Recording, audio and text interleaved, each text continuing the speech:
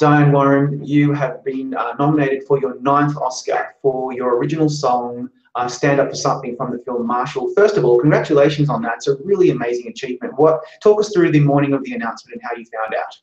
Thank you so much. Well, it wasn't really morning. It was like one night that never ended. Right. I knew I wasn't going to be able to sleep. So I had my friends over for what I called a slumberless slumber party. So we ordered a bunch of pizzas. We had wine. We had, just the chocolate. We just, it was just like, let's stay up all night and just wait for these nominations. And, because it was really fun. So literally counting down the hours. I mean, for some reason, I was more excited about this song than any song I've been nominated for ever. And so waiting, it's 3 a.m, then it's 4, and I think it was supposed to start at like 5:28 or something. Like then it's 5:05, and then the first batch of nominations wasn't the category that I was in. That was another 5 minutes or something. So just sitting there, and the first song's not my song, and the second song's not my song, and the third, and I'm like having a heart attack. But the fourth song, I heard the S, stand up for something. I just started crying and just jumping. My friends, we have a film of it. It's so funny. You should see it. It's so funny. Like we're just crying and laughing. Everybody's screaming, and it was amazing. It's excruciating because, it's a lot of pressure. It's a pressure cooker. If it doesn't come through, it's severe disappointment. But then when it does come through, it's elation. So that must be very difficult. It was amazing. I was thinking, oh my God, I have like 12 people here. I'm going to they're all going to go, oh, it's okay. And that's like the last thing you want. So It's like, oh, this is going to be really horrible if this doesn't get nominated. I'm going to just want to hide. Yeah. And you never know. I had a good feeling about it, but you don't know till and then there's always kind of something that's left field that gets in there, and maybe you don't. Yeah. But it's funny when the Gaga song that I wrote a couple of years ago, that was number 4 too, and I remember the same thing. Oh no, there's only 2 little spots left. So but it's probably the most happiest I've ever been in my life. That moment, it's like being reprieved of a death sentence or something. Okay, I don't have to die. I mean, I know it's you get to live another day as a nominee. And oh, sorry, I couldn't hear you. Shit. No, not the thing is, the connection. Talk us through why you are most excited about most important. You know what? The connection's weird. Yeah, I can hear you now. Okay, can you ask that question again? I'm sorry, because I couldn't really hear it. So why was this one the most exciting for you? I think it's my most meaningful song. I think it's my most important song. Probably the song I'm just most excited about. And, not only did it, does it fit this movie about who Thurgood Marshall was, but it really fits our times. And here's the interesting thing. When I wrote the song, when I started, I would write something like "Change is going to come." That was in the turbulent '60s, and it's weird that right now we're back there again. It's like nothing's really changed. And here is a song like one of those songs like "Change is going to come" or "We Shall Overcome" or "People Get Ready," where those songs kind of made you go, yeah, it's a rallying cry. It's a call to action. It makes you want to change the world, and here, the song and then I feel like it's kind of that in our era in 2018. So, and it's being embraced by so many great causes, Yeah. So it's really, and then, yeah, sorry. No, well, I mean, it does have a powerful message, especially in the current political and social climate. And I assume that this resonated with you as you were coming up with the song and writing it. But as it's now taken a life of its own, are you finding that people are responding to it because of what's going on in our world right now? Yeah, they the Me Too and Time's Up movement. They've embraced the song. NAACP has embraced it. ACLU, Stand Up to Cancer has. CNN Heroes and so many other organizations are. This is like our song. Can we use this and have this be our song? I'm like, yeah, because I mean, what an honor, right? That something you write, that you have something to do with can really resonate like that. There's nothing better than that. Absolutely. So talk us through how your collaboration with Common for this film came about. So, well, Common and I have talked about, working together for a while, and this is just such a strange meant to be situation, because I had, writing the song, it's kind of like that, like that's, again, from that, like a Sam Cooke or Aretha Franklin, from that kind of song from the 60s, but yet modern. But I thought, what if you put a rapper on it? You'd never hear a rapper. Obviously in that era, rap hadn't been there yet. But if you took that and you juxtapose that with this kind of song, I thought, well, who better to do this than Common? He's so eloquent and he has so much to say, and he could really, add something to this. And literally a week later, about a year ago, I was on a flight to Sundance, and it's like one of the few times I, if I have to pay, I usually don't buy a first class ticket. I'm too cheap. But this time I did, So I'm sitting, and this is like not even a week after I was thinking about Common. I turn around, there's Common. I go, this is too weird. And I sang him the chorus of the song, and he goes, I love that. Send me that right now. Like, and I go, we'll have to wait till I land. I wanted to send it. I wanted him to do it that minute. I don't like to wait. But when the plane landed, I called my office. It got sent to him. The next day, I had 10 missed calls. I'm like, well, usually someone doesn't call you if they don't want to do it. And we finally talked, and he goes, I have to be a part of this. And he wrote something really inspired. I love that line, let the ways of love be the ways of man. Some beautiful lines, and it just meshed so perfectly, with what I've written. Absolutely. And the song plays over towards the end of the film when we're learning about the illustrious career of Thurgood Marshall. How does it feel as a songwriter when you see the finished film and then your song plays over an important part of the film? Like what goes through your mind? I thought it was so well used in this. And another thing with this song, it's also used in the score. Marcus Miller did a beautiful score. And anytime you see Thurgood Marshall, in certain moments, really important moments in the film, that theme, da, na, na, na, na, it's always playing in there. So by the time you hear it at the end of the movie, you kind of like, you don't know you've heard it, but you have. And then when you see that it, because the cool thing about Marshall is it's not a biopic. It shows that, that one case that he did, and he's not a perfect man, he's a flawed man. There's nothing worse than when they make everybody a saint because nobody's a saint. And then by the time you see, all his the amazing things Thurgood Marshall did, that's when the song really pays off. I thought it was beautifully used. And how do you get involved in choosing the vocalist for particular songs? Andra Day sings this one beautifully, I might add. Yeah. That was okay. That's a weird another weird meant to be. Oh, I didn't mean to cut you off. No, that's fine. Go for it.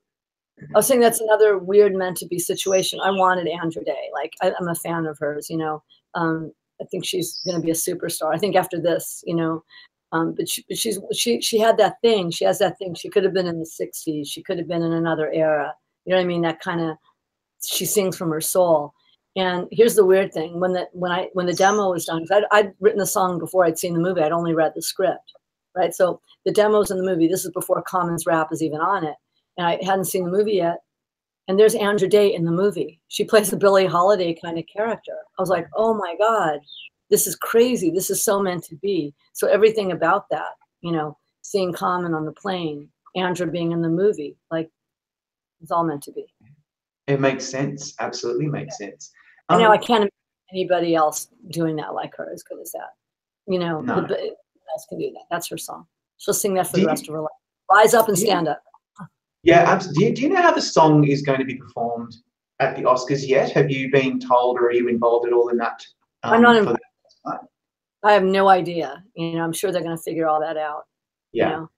Everywhere they go and sing the song, everybody stands on their feet, like, So I'm hoping that'll happen, and I think they'll bring everybody to their feet there too.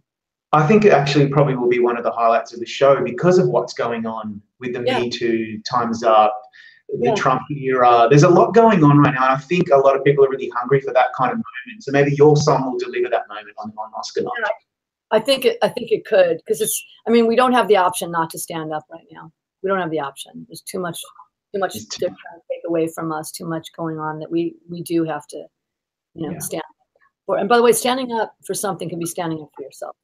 Yeah, that's the whole point. So there's so many elements to the song and what it means to different people, and I guess that's probably why it's done so well. So how does it feel as a songwriter to see and hear your work performed on the Oscar stage? Like you've written some of the most beloved movie songs of all time, like How Do I Live and I Don't Want to Miss a Thing, Until It Happens to You a couple of years ago.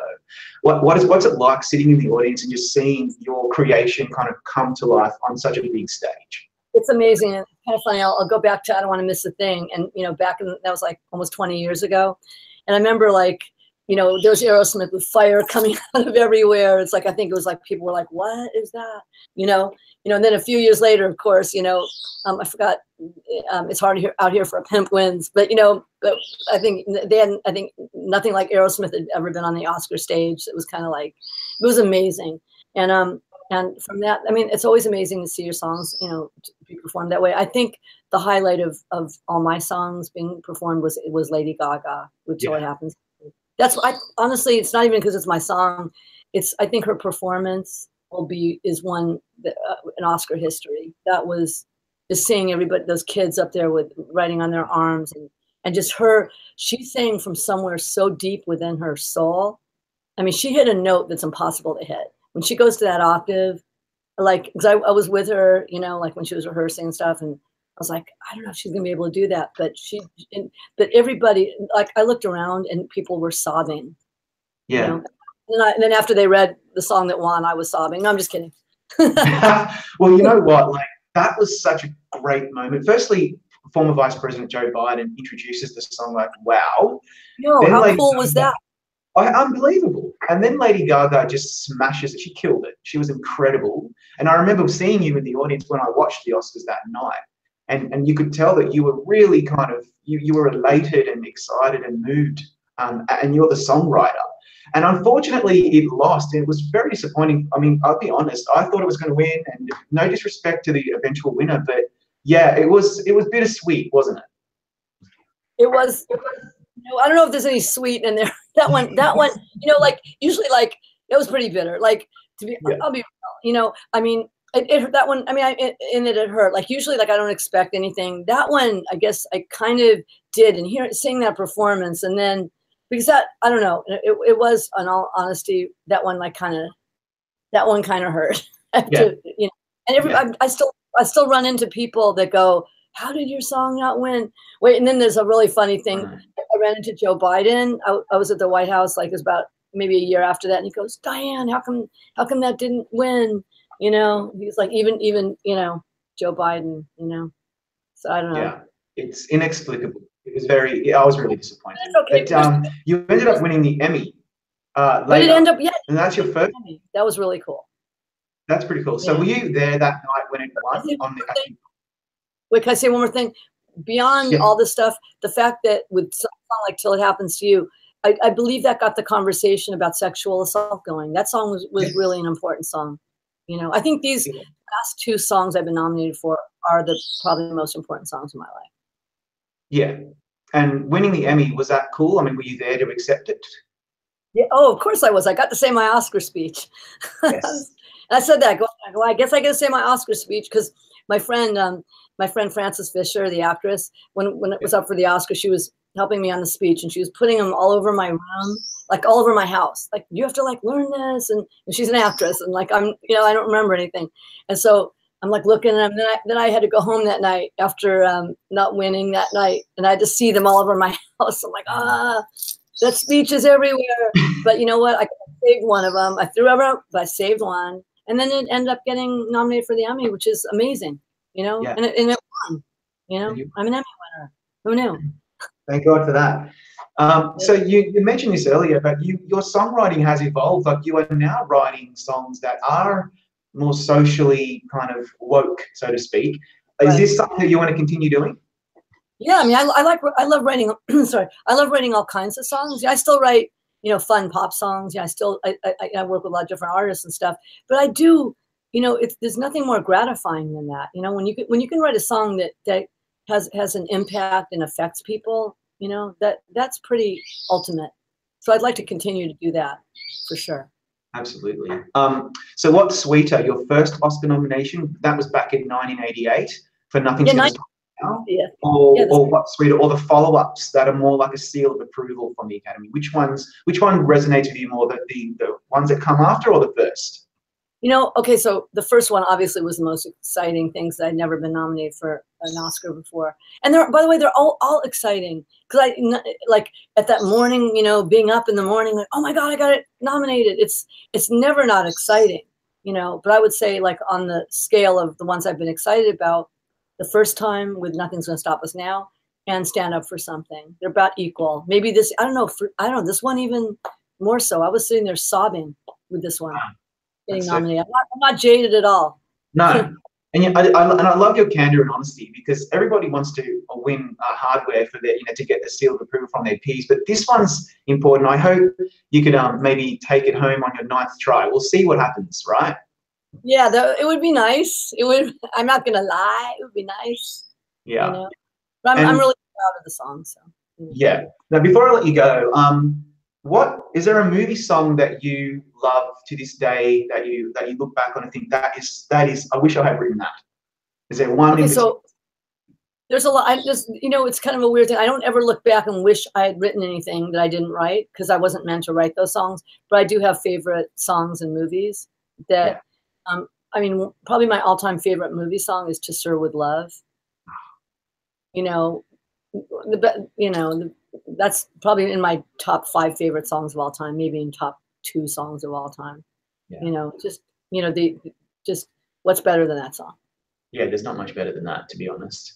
Yeah. Well, Diane, I really hope to see you on that Oscar stage. I want to see you and Common and take that Oscar home, hopefully on your 9th try. Congratulations on the nomination, though. That's a big achievement in itself, and it's a wonderful song. Congratulations. Thank you. You want to hear something funny? So when Common was up there reading, when Gaga didn't win last time, he was up there. He told me he looked at it twice. He was up there with Pharrell. He went,